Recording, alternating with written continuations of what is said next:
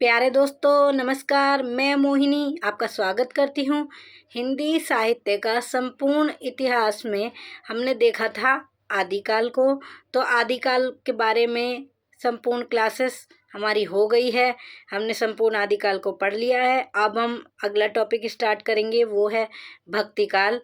तो चलिए समय ना गवाते हुए हम भक्तिकाल को पढ़ना स्टार्ट करते हैं। तो भक्तिकाल में सबसे पहले हम देख लेते हैं कि सर्वमान्य मत किसका है। तो भक्ति काल में जो सर्वमान्य मत है वो आचार्य रामचंद्र शुक्ल का ही माना जाता है। समय सीमा की बात करें तो 1375 विक्रमी संवत से 1700 विक्रमी संवत तक का समय है।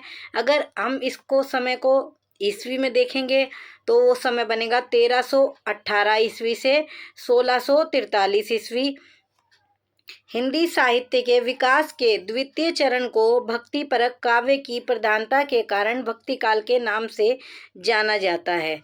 इसका मतलब है जैसे हिंदी साहित्य का विकास हमने पढ़ा तो उसमें सबसे पहले हमने देखा प्रथम चरण हुआ आदिकाल, तो जो द्वितीय चरण हुआ वो भक्तिकाल, उसको इसलिए नाम दिया गया क्योंकि उसका जो काव्य था वो भक्ति के आसपास ही था। उसमें प्रधानता जो देखी जाती है वो भक्ति की ही देखी जाती है, इसलिए उसका नाम हो गया भक्तिकाल।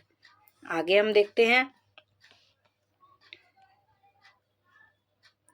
अब देखेंगे कि भक्ति काल को विद्वानों द्वारा दिए गए नाम क्या हैं। अलग अलग विद्वानों ने अलग अलग नाम दिए। सबसे पहले हम देख लेते हैं आचार्य रामचंद्र शुक्ल द्वारा दिया गया नाम। तो उन्होंने दो नाम दिए, दोहरी नाम पद्धति जो है उन्होंने अपनाई थी। तो उन्होंने नाम दिया पूर्व मध्यकाल और भक्ति काल। फिर हम बात करें ग्रेसन की, तो उन्होंने नाम दिया हिंदी साहित्य का स्वर्ण काल, भक्ति काल को नाम दिया। एग्जाम में सीधा सीधा क्वेश्चन आ जाता है कि हिंदी साहित्य का स्वर्ण काल किसने नाम दिया, या फिर भक्ति काल को हिंदी साहित्य का स्वर्ण काल नाम किसने दिया। घुमाकर ये क्वेश्चन या सीधा डायरेक्ट क्वेश्चन ये आ सकते हैं, इंपॉर्टेंट है। हिंदी साहित्य का स्वर्ण युग, थोड़ा सा ही फर्क है, ये स्वर्ण काल है, ये ग्रेसन का है। और स्वर्ण युग की बात करें तो ये दिया था श्याम सुंदर दास ने। क्वेश्चन ऐसे भी आ जाता है, हालांकि ये सही नहीं है पर आ सकता है। जैसे कि दे दिया जाए कि श्याम सुंदर दास ने कौन सा नाम दिया, तो उसमें स्वर्ण युग नाम, हिंदी साहित्य का स्वर्ण युग का ऑप्शन ही नहीं है। वहाँ पे सिर्फ ऑप्शन है हिंदी साहित्य का स्वर्ण काल का, और सारे ऑप्शन मतलब अलग हैं बिल्कुल। तो आपको ये अगर ऑप्शन में नहीं मिलेगा तो आप हिंदी साहित्य का स्वर्ण काल भी यहाँ पर लगा देंगे, ठीक है, ये ध्यान रखिएगा थोड़ा सा, क्योंकि इनमें शब्दों का हेर फेर है तो ऐसे क्वेश्चन भी हमें देखने को मिल जाते हैं। फिर आगे बात करेंगे पृथ्वीनाथ कमल कुलश्रेष्ठ ने क्या नाम दिया। इन्होंने नाम दिया कलात्मक उत्कर्ष का काल नाम दिया, किसको, भक्ति काल को। फिर बात करते हैं आचार्य हजारी प्रसाद द्विवेदी जी की, तो वो इसे कहते हैं एक नई दुनिया। आगे देखते हैं कि भक्ति शब्द की व्युत्पत्ति कैसे हुई। तो मोनियर विलियम्स के अनुसार भक्ति शब्द जो है संस्कृत की भज धातु में कतिन प्रत्यय के योग से बना है, जिसका अर्थ है अपने आराध्य या उपास्य के ऐश्वर्य में भाग लेना। आगे देखते हैं दक्षिणी भारत में भक्त कवियों की शाखाएं हुई, दो हुई, नैनार हुई और अलवार हुई। तो इसमें हम पढ़ते हैं, तो इसके बारे में हम जानते हैं। सबसे पहले हम जानेंगे तो जो ये नैनार शब्द है ये तमिल भाषा का शब्द है। अगर अर्थ की बात करें तो नैनार का अर्थ होता है समर्पित। उपासना की बात करें तो ये शिव जी के उपासक थे। संख्या की बात करें तो नैनार की संख्या 63 थी। एक एक जो चीज़ें यहाँ पे बता रही हूँ मैं, इम्पॉर्टेंट है, एग्ज़ाम में देखने को मिल जाती है और इसीलिए मैं आपको डिटेल में पढ़ा रही हूँ, क्योंकि टीजीटी पीजीटी में डिटेल में पूछा ही जाता है। समय की बात करें तो 7वीं 8वीं शताब्दी समय माना जाता है। इसमें बात करें प्रथम नयनार की, क्योंकि प्रथम और अंतिम इम्पॉर्टेंट माने जाते हैं। प्रथम नयनार अनप नयनार है, और अंतिम नयनार की बात करें तो इसे ज्ञानियार है। अब यहाँ पे महिला की बात करें तो एकमात्र महिला इसमें नयनार वालों में मिल जाती है कर इक्कल अम्मियार, नाम की महिला इसमें थी। ग्रंथ की बात करें तो पेरिये पुराण यहाँ पे ग्रंथ है। संकलनकर्ता की बात करें तो शेक्कीशार या शेक्कीशार, मतलब ये शाह में फ़र्क आ गया है बस थोड़ा सा। तो संकलन का समय है इसका 10वीं शताब्दी। आगे हम देखेंगे आलवार। आलवार के बारे में हम जानते हैं। तो भाषा की बात करें तो तमिल भाषा का ये शब्द है आलवार। अगर अर्थ की बात करें तो अर्थ इसका होगा ईश्वर में लीन या फिर मग्न। उपासना की बात करें तो ये विष्णु एवं उनके अवतारों के उपासक थे। समय इनका 9वीं शताब्दी था। संख्या इनकी 12 थी। प्रथम आलवार थे मोयंग आलवार या फिर इन्हें सरोयोगिन नाम से भी जाना जाता था। ठीक है, ये भी याद रख लेंगे, ब्रैकेट वाला भी। अंतिम आलवार जो थे इसमें वो थे तेरुमंगे आलवार या फिर कहें परकाल। महिला की बात करें तो एकमात्र महिला इसमें अंडाल थी। सबसे प्रसिद्ध या फिर कह सकते हैं प्रथम राम भक्त या फिर कह सकते हैं प्रथम कृष्ण भक्त कौन थे? नम आलवार थे या फिर इन्हें सटकोप के नाम से भी जाना जाता है। ये इंपॉर्टेंट आप लगा लीजिएगा। पदों का संग्रह की बात करें तो नालियार दिव्य प्रबंधन नाम से इन पदों का संग्रह किया गया था। पदों की संख्या की बात करें तो 4000 पदों की संख्या थी और भाग 4 में थी। संकलनकर्ता की बात करें तो मुनि रंगनाथ इनके संकलनकर्ता थे। किसके जो पदों का जो संग्रह किया था उसका संकलन किया, ये जो नालियार दिव्य प्रबंधम नाम से है। ठीक है, और इसका संकलन का समय क्या था? 10वीं शताब्दी था। आगे चलते हैं। अब हम देखते हैं भक्ति आंदोलन के उदय के क्या कारण थे, मतलब भक्ति आंदोलन आया ही क्यों। अलग अलग आलोचक अलग अलग मत मानते हैं, कोई कुछ मानता है कोई कुछ। तो एग्जाम की दृष्टि से हमें पढ़ना तो पड़ेगा, तो इम्पोर्टेंट आलोचकों के मत को हम देखेंगे जो ये कारण मानते हैं। तो सबसे पहले बात करेंगे आचार्य रामचंद्र शुक्ल की। तो उनके अनुसार भक्ति आंदोलन के उदय का कारण था मुस्लिम आक्रांताओं की देन। डॉक्टर ताराचंद महोदय के अनुसार अरब आक्रमणकारियों की ये देन था। डॉक्टर रामकुमार वर्मा के अनुसार बात करें तो पराजय एवं हताशा का ये परिणाम था। बाबू गुलाब राय की बात करें तो पराजित मनोवृत्ति का परिणाम था।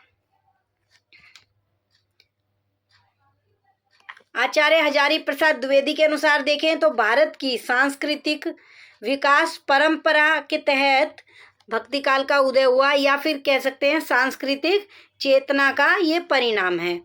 अब बात करें बेबर, कीथ एवं ग्रियर्सन के अनुसार ईसाइयत की ये देन माना जाता है। कौन? भक्ति काल के उदय का ये कारण मान रहे हैं। आगे हम चलते हैं।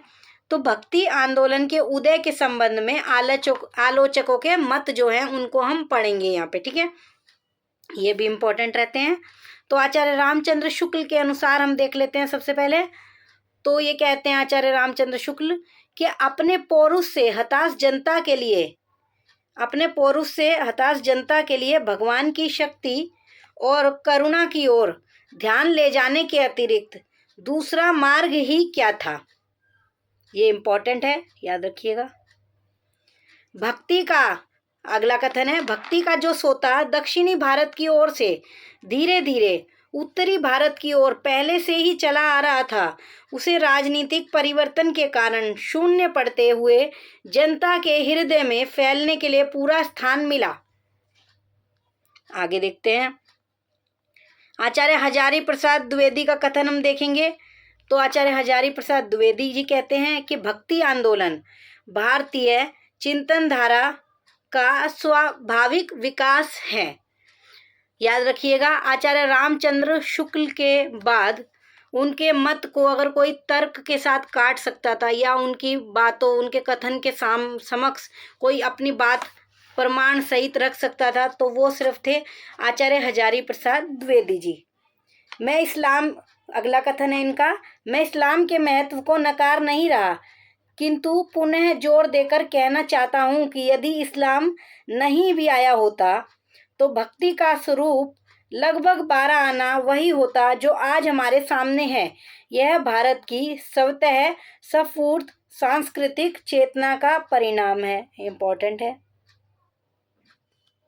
अगला इनका कथन देखें तो ये कहते हैं कि यह बात अत्यंत उपहासास्पद है कि जब मुसलमान लोग उत्तरी भारत के मंदिरों को तोड़ रहे थे, उसी समय अपेक्षाकृत निरापद दक्षिणी भारत में भक्त लोगों ने भगवान की शरणागति की प्रार्थना की। मुसलमानों के अत्याचारों से यदि भक्ति भावना को उमड़ना ही था तो उसे पहले सिंध में फिर उत्तरी भारत में प्रकट होना चाहिए था, पर वह उत्पन्न हुई दक्षिणी भारत में। ये कौन कहता है? आचार्य हजारी प्रसाद द्विवेदी जी। या आचार्य रामचंद्र शुक्ल के कथन को काट रहे हैं। फिर हम पढ़ते हैं आचार्य रामचंद्र शुक्ल का ही कथन देख लेते हैं। और देश में मुसलमानों का राज्य परितिष्ठित हो जाने पर पौरुष से निराश जनता भक्ति की ओर अग्रसर हुई। आगे देखते हैं। अगला कथन हम देखते हैं बाबू गुलाब राय का। ये कहते हैं कि पराजय के बाद, इम्पोर्टेंट है कथन, पराजय के बाद व्यक्ति या तो अपनी आध्यात्मिक श्रेष्ठता दिखाना चाहता है अथवा विलास में डूबकर पराजय को भूल जाना चाहता है। भक्ति आंदोलन का स्रोत पहली मनोवृत्ति है। इनका लगभग सेम कथन है जो आगे मैं पढ़ने जा रही हूँ, डॉक्टर राम कुमार वर्मा का। ये कहते हैं कि पराजय की मनोवृत्ति या तो विषय विलास में लीन करती है या अपनी आध्यात्मिक श्रेष्ठता के प्रदर्शन में क्षतिपूर्ति ढूंढने की प्रेरणा देती है। मिलता जुलता कथन है, कई बार एग्जाम में स्टूडेंट को कंफ्यूज भी करता है, तो आप याद रखिएगा अच्छे से। आगे हम देखते हैं। अगला कथन है ग्रेसन का। तो ये कहते हैं ईसा की 3री शताब्दी में कुछ ईसाई मद्रास आकर बस गए थे, जिनके प्रभाव से भक्ति भावना का उदय हुआ। भक्ति आंदोलन ईसाइयत की देन है। कौन मानता है? George Abraham Grayson. फिर बात करते हैं वेबर की। तो वेबर कहते हैं कि भक्तों की जयंतियां मनाने की प्रथा ईसाई मत के स्वरूप आरंभ हुई और इसी से भक्ति आंदोलन का जन्म हुआ।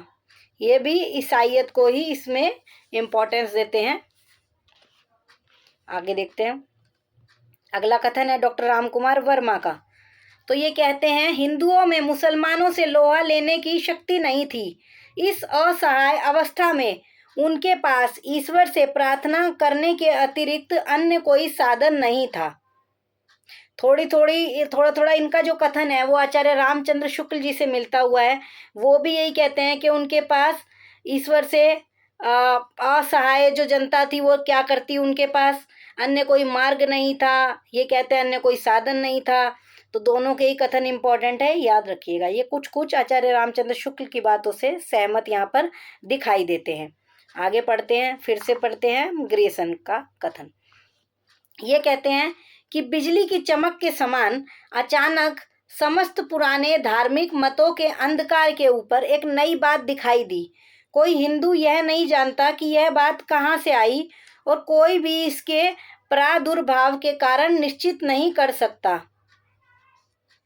इसे आप इम्पोर्टेंट लगा लीजिएगा, ठीक है। फिर हम अगला कथन देखते हैं श्याम सुंदर दास का। तो ये कहते हैं जिस युग में कबीर, जायसी और सूर जैसे सुप्रसिद्ध कवियों द्वारा महात्माओं की दिव्य वाणी उनके अंतःकरणों से निकलकर देश के कोने कोने में फैली, उसे साहित्य के इतिहास में सामान्यतः भक्ति युग कहते हैं। निश्चित ही वह हिंदी साहित्य का स्वर्ण युग था। ये बहुत इम्पोर्टेंट है ये भी, ठीक है। तो हमने आज काफ़ी चीज़ें देखी। हमने इसके उदय के कारण देखे, भक्ति शब्द की व्युत्पत्ति देखी और हमने आलोचकों के मत देखे। आगे का हम भक्ति काल के बारे में अगली क्लास में पढ़ेंगे। आज के लिए इतना ही। नमस्कार। पढ़ते रहिए।